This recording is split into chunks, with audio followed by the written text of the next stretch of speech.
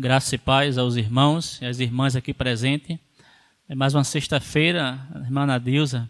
Fico feliz com a presença da irmã, muito feliz com isso. E a presença também do amigo que está nos visitando aqui. Muito obrigado pela sua presença, que possa vir mais vezes, né? E o senhor disse uma coisa que é realmente verdadeira, né? A gente deve não dar mal com mal, mas sempre seguir a prática do bem, né? Quando a gente principalmente é ofendido, é agredido, a gente precisa dar o que é bom. É aquilo que a gente de bom tem que dar, né? É o que é bom, exatamente.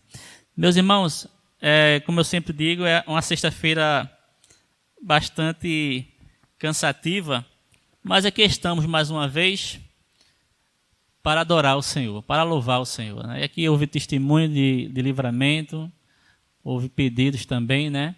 Houve agradecimentos.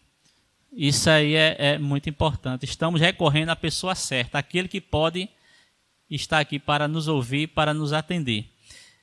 Mas agora é o momento da palavra, né? E Deus fala conosco de diferentes formas. E hoje, além de ter falado através do testemunho dos irmãos, do louvor, vai nos falar também através da palavra. Eu queria que os irmãos abrissem as suas Bíblias no livro de Atos, capítulo 2. Verso 42 ao 44. Atos, capítulo 2, verso 42 ao 44. Atos 2, capítulo 2, verso 42 ao 44. Todos acharam?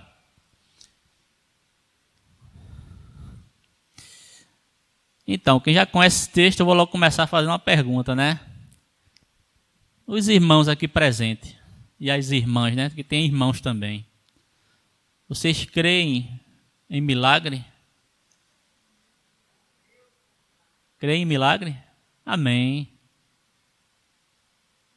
Amém, né? Que bom, né? Quer dizer que é um povo que acredita em milagres. Amém? Coisa boa, né? Mas você sabia que Deus, que fazia milagres no passado, é o Deus de hoje, também faz milagres no presente? Ele quer fazer e pode fazer. Deixa eu tomar um pouquinho d'água.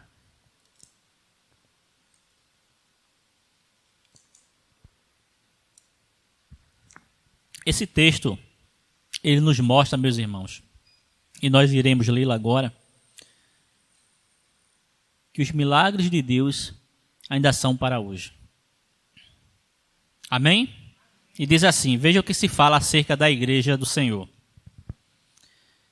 E perseveravam na doutrina dos apóstolos, e na comunhão, e no partir do pão, e nas orações.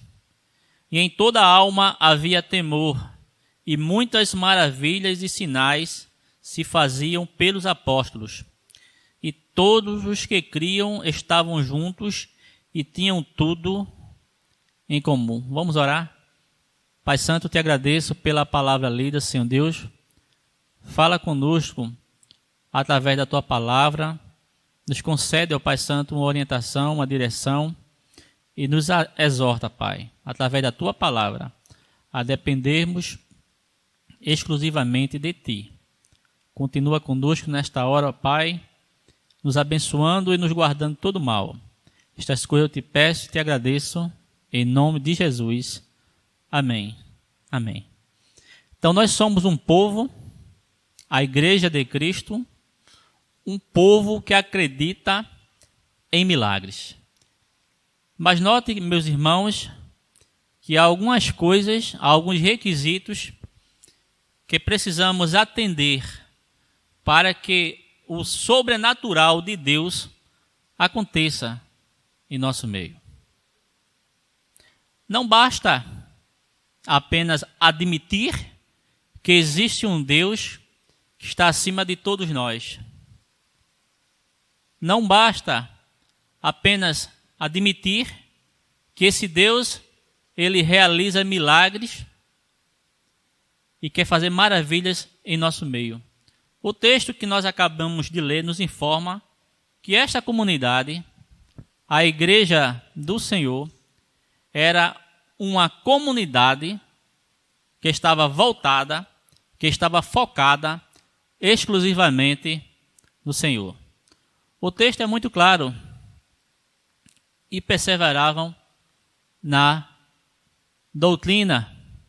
Note que esta comunidade, a Igreja do Senhor, ela perseverava na doutrina. Veja o que era importante para aqueles irmãos: o ensino, a palavra. E se a gente quer ver os milagres de Deus acontecer, é preciso valorizar a palavra profética. É preciso valorizar a palavra. Eu acredito que um dos maiores erros que nós cometemos nos nossos dias hoje é apenas esperar receber de Deus as bênçãos, os milagres dele, sem querer se comprometer com a palavra dele. Vocês já notaram que no nosso tempo de hoje, as pessoas muitas vezes vão à igreja apenas objetivando receber algum tipo de benefício da parte do Senhor. Já perceberam isso? Vocês já perceberam que existem muitas comunidades de fé nos nossos dias, no nosso tempo, que elas dizem mais ou menos: só venha para cá que seus problemas vão ser resolvidos? Já perceberam isso? Que existem muitas comunidades de fé, e não há necessidade de dar nomes a nenhuma delas, né? Mas que pregam, que ensinam: venha para cá, porque se você está com um problema, aqui você vai encontrar a solução. Se você está desempregado, você vai arrumar um emprego. Se você é empregado, você vai ser agora empresário, você vai ser empregador. Se você não tem saúde, agora você vai ter saúde. Hoje nós encontramos muitas comunidades que falam dessa forma. Não que Deus não possa curar, lógico, né? Deus ele pode curar, Deus pode abrir porta de emprego, Deus pode e quer fazer milagres nos nossos meios. Mas já perceberam que hoje em dia há muitas comunidades que agem dessa forma, que têm esse discurso? Mas o que de fato é verdade? Será que eu posso acreditar que Deus ele faz milagres nos nossos dias? Sim. Nós precisamos acreditar que o Deus que operava milagres no passado por mão dos apóstolos é o mesmo Deus que está conosco ainda hoje. E que ele faz milagres, que ele abre porta de emprego, que ele cura das enfermidades, que ele tudo pode. Ele não está limitado pelas nossas limitações. Mas só que há uma condição, meus irmãos. Nós, como povo de Deus, como igreja do Senhor, precisamos entender que precisamos valorizar a palavra profética. E temos com essa palavra um comprometimento. Notem que é informado aqui no texto que aqueles irmãos, eles perseveravam na doutrina. Eles não abandonavam o ensino, a palavra era importante na vida daqueles irmãos. E a pergunta que a gente precisa se fazer é a seguinte: será que nós, como igreja hoje, estamos valorizando a palavra do Senhor? Será que quando a gente vem à igreja, a gente só vem com uma finalidade única e exclusiva de pedir? Pedir? A gente às vezes parece feito crianças, né, pequenas, né, que fica só recorrem aos pais para pedir. Mas a Bíblia nos revela que Deus ele quer ter relacionamento conosco. Ele é o nosso pai. E qual o pai que não quer agradar o filho? Mas será que o pai se sente bem quando ele é apenas procurado pelo filho, com um único objetivo, com um único propósito apenas de pedir?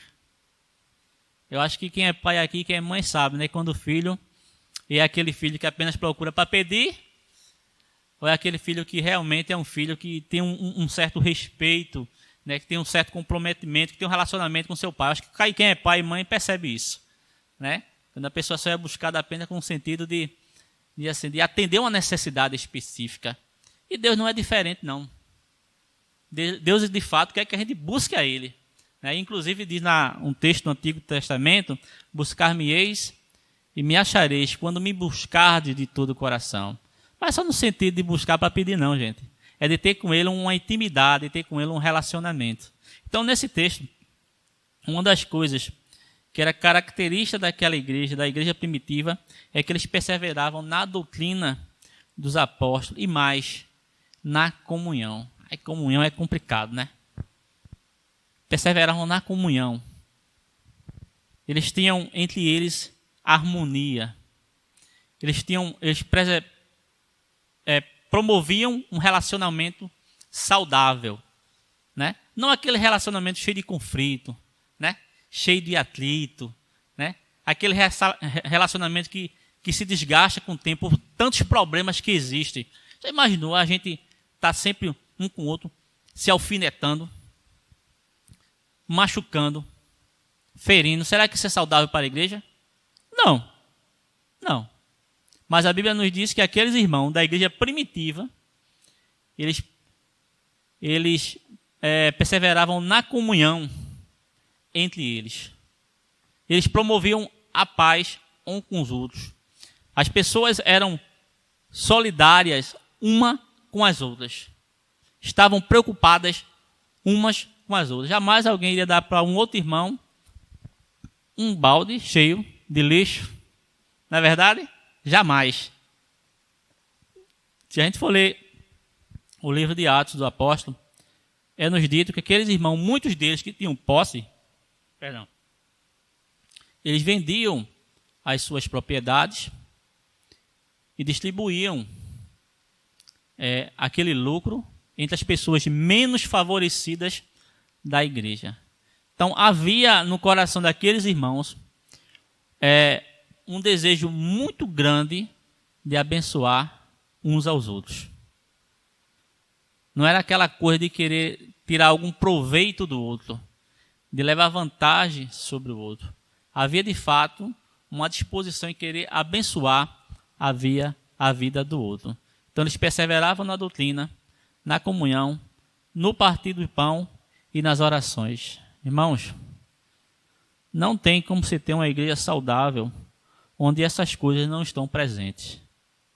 A palavra, ela precisa fazer parte da nossa vida, das nossas falas, das nossas atitudes. É preciso manter relacionamentos saudáveis na igreja. Valorizar o irmão, valorizar a irmã. Ajudar as pessoas nas suas dificuldades, não só materiais, mas emocionais, espirituais. Porque, sabia, nós temos várias necessidades. E nem sempre a nossa necessidade é de pão. Às vezes nós somos pessoas muito bem abastecidas. Nós temos uma boa condição financeira. Mas a gente tem necessidades emocionais. A gente precisa ter pessoas ao nosso lado para conversar, para compartilhar, para dividir as nossas tristezas e as nossas alegrias. Há pessoas que precisam de um tratamento, de uma atenção maior na questão espiritual, né? Pessoas que não têm muito discernimento das coisas de Deus e precisam ser acompanhadas por cada um de nós, precisam ser ajudadas, né? Precisam ser direcionadas no caminho da maturidade espiritual para que elas cresçam e deixem de ser crianças espirituais em Cristo. Uma das preocupações que o apóstolo Paulo tinha era exatamente isso, né? Pessoas na igreja que agiam como crianças, que não amadureciam. E até lá na carta aos Coríntios, ele até se admira e diz assim, vocês já eram para estar comendo comida sólida, e ainda vocês necessitam de leite, né? Dos rudimentos elementares do evangelho, dos princípios mais básicos do evangelho. Vocês precisam ainda ter conhecimento dessas coisas. Vocês já eram para estar bem mais maduro, né? Ter mais discernimento. Mas como igreja estamos aqui para ajudar uns aos outros. E a vida de oração é fundamental. Não tem como, não dá, né? Deus, ele nos chama a um relacionamento com ele. Deus, ele não quer jamais que nos tornemos apenas pessoas religiosas. Pessoas que apenas vão à igreja, que oram, que pregam, que cantam. Deus não quer apenas isso da gente, não, gente. Ele quer muito mais. É muito bom estar aqui nessa aula tocando, né? Mas se você não valorizar a palavra, de que adianta? De que adianta? Será que Deus vai se agradar de você? Não. De que adianta apenas tocar, não valorizar a palavra, não orar? De que adianta apenas tocar e não viver a palavra? Estou dando apenas um exemplo, viu, Saulo? Tá certo? É só apenas um exemplo. De que adianta eu estar aqui na frente se eu não viver a palavra? Se eu estar falando para os irmãos aqui, né, trazendo uma reflexão e não viver a palavra, será que isso vai ter alguma valia perante Deus? Não. Deus sabe o meu coração. Quando eu saio daqui, eu vou para minha casa e lá convivo com a minha esposa, Ele sabe qual é o meu comportamento. Então, Deus ele não se agrada quando a gente vem aqui, faz algum trabalho para Ele, quer seja cantando, pregando ou tocando algum instrumento, e a gente não está dentro da palavra. Eu perguntei aos irmãos no início, vocês acreditam em milagres? Os irmãos disseram sim. Então sejam este milagre para Deus. Se permitam ser este milagre. Porque muitas vezes apenas acreditamos que milagre é apenas quando Deus nos cura de alguma doença. Muitas vezes acreditamos que milagre é apenas quando Deus nos abre uma porta de trabalho, quando a gente nem esperava. Muitas vezes acreditamos que milagre é quando Deus nos dá um livramento de morte. Mas o milagre que Deus quer fazer em nós é que Ele começa dentro de nós. É uma mudança de dentro para fora, gente. Uma mudança de dentro para fora. E para que isso aconteça em nós, esse milagre, precisamos entender o que aqueles irmãos entendiam e valorizavam.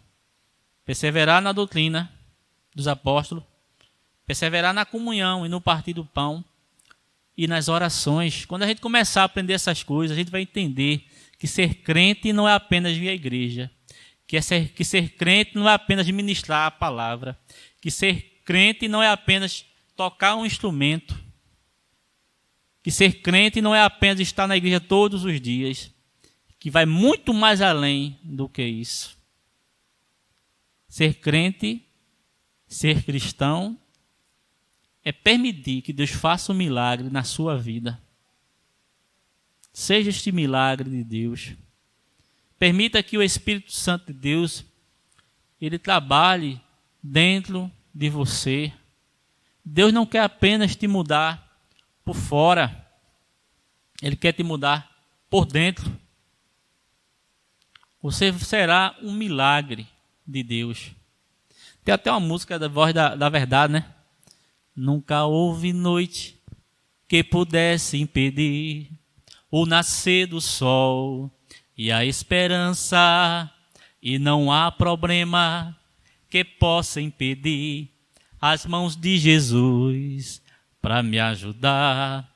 Nunca houve noite que pudesse impedir o nascer do sol e a esperança, e não há problema que possa impedir as mãos de Jesus para me ajudar. Haverá um milagre dentro de mim, vem descendo o rio para me dar a vida. E este rio que emana lá da cruz, do lado de Jesus. Meus irmãos, Jesus tem que fazer um rebuliço dentro de você. Mudar toda a tua história. Mudar de dentro para fora. Não é só mudar a linguagem. Não é só mudar a roupa. Mas é uma mudança de dentro para fora. Não é só na aparência, não. É uma mudança que começa dentro de você. Onde você agora vai ter novas prioridades, novos objetivos. A sua vida vai estar mais focada nas coisas do Senhor. Aquele que está em Cristo, pensai nas coisas do alto e não nas que são da terra. Aquele que ama o mundo, o amor do Pai não está nele. Não ameis o mundo, nem as coisas que no mundo há, porque nós amamos a Deus agora. Deus é nosso bem maior, é nossa prioridade máxima. Deus, ele está aqui. Deus ele se revela no nosso meio na medida que a gente se doa a Ele, se entrega mais e mais a Ele. O Senhor não é apenas o Deus do passado, mas é o Deus do presente. O mesmo Deus que operou milagres através dos apóstolos, Ele quer fazer milagres na nossa vida. Mas para isso, meus irmãos, não tem como mudar a fórmula, o método. Há muita gente querendo produzir um avivamento da igreja, usando métodos diferentes, contrário ao que já está exposto na palavra. O verdadeiro avivamento acontece quando a gente retorna às Escrituras. As Escrituras. As Escrituras. Não adianta querer buscar novidade lá fora e trazer para a igreja para deixar o povo mais animado. Aqui não é um balcão de serviços e produtos que são oferecidos aos irmãos. Esta não é a proposta do Evangelho. Lamento informar, não é. Embora Deus atenda as nossas orações, atenda o nosso clamor, que nos socorra muitas vezes, mas a proposta do Evangelho é que Ele quer mudar a sua vida. Aquele que está em Cristo, nova criatura é, as coisas velhas já passaram, eis que tudo se fez novo. E aí, você acredita realmente em milagre? Você acredita que Deus pode mudar a sua vida de maneira plena, de maneira completa? Que a mudança que Ele quer fazer não é apenas uma mudança externa, não é apenas uma caiação, mas Ele quer mudar você por dentro, a partir de dentro para fora? Ele não quer fazer uma pequena reforma nessa casa. Ele quer levantar uma nova casa, um santuário dedicado a Ele, para a honra e glória do seu santo nome. Eu sei que às vezes, falando essas coisas parece fácil, mas no dia a dia da vida cristã, nessa caminhada que estamos, a gente vai encontrar algumas coisas que vai tentar nos desviar desse propósito, nos afastar de uma vida de oração, nos afastar de uma vida de comunhão com os irmãos, nos afastar de uma vida de dedicação à palavra, de permanecer na palavra. Mas se você quiser vencer o mundo, se você quiser vencer a carne, se você quiser vencer o diabo, você vai ter que se firmar na palavra. Você lembra que quando Jesus ele foi tentado no deserto, e muitas vezes o inimigo usou a palavra para derrubar Jesus? Como foi que Jesus combateu? Com a palavra. É com a palavra. E conhecereis a verdade, e a verdade vos libertará. Jesus também falou: eu sou o caminho, eu sou a verdade, eu sou a vida. O texto nos diz muito claramente que essa igreja primitiva, aquele pequeno grupo de irmãos, estavam experimentando uma experiência muito maravilhosa com Cristo. E que esta experiência que eles tinham com Deus fazia com que muitas maravilhas e sinais ocorressem através dos apóstolos. Eram pessoas enfermas que eram curadas, pessoas opressas libertas, pessoas doentes curadas, pessoas mortas ressuscitadas, porque aquela comunidade vivia a palavra. Não há um outro método, não há uma outra fórmula para se viver o Evangelho. Precisamos voltar às Escrituras. Precisamos voltar à palavra. Precisamos voltar a Cristo. Ele é a palavra. Ele é o verbo de Deus. Lá no livro de João, Evangelho de João, no capítulo 1, veja o que é dito acerca do Senhor. No princípio era o verbo, e o verbo estava com Deus, e o verbo era Deus. Ele estava no princípio com Deus. Todas as coisas foram feitas por ele, e sem ele nada do que foi feito se fez. Então esse verbo é Jesus. É a palavra em ação. É a palavra em movimento. Jesus é esse verbo. E ele quer entrar em tua vida e produzir mudança. E você será um milagre de Deus. Você será um instrumento do Senhor para que outros tenham um encontro com Cristo. Entendam que o Evangelho é poder de Deus para a salvação de todo aquele que crê. Que Deus nos abençoe. Amém? Fiquemos em pé, meus irmãos.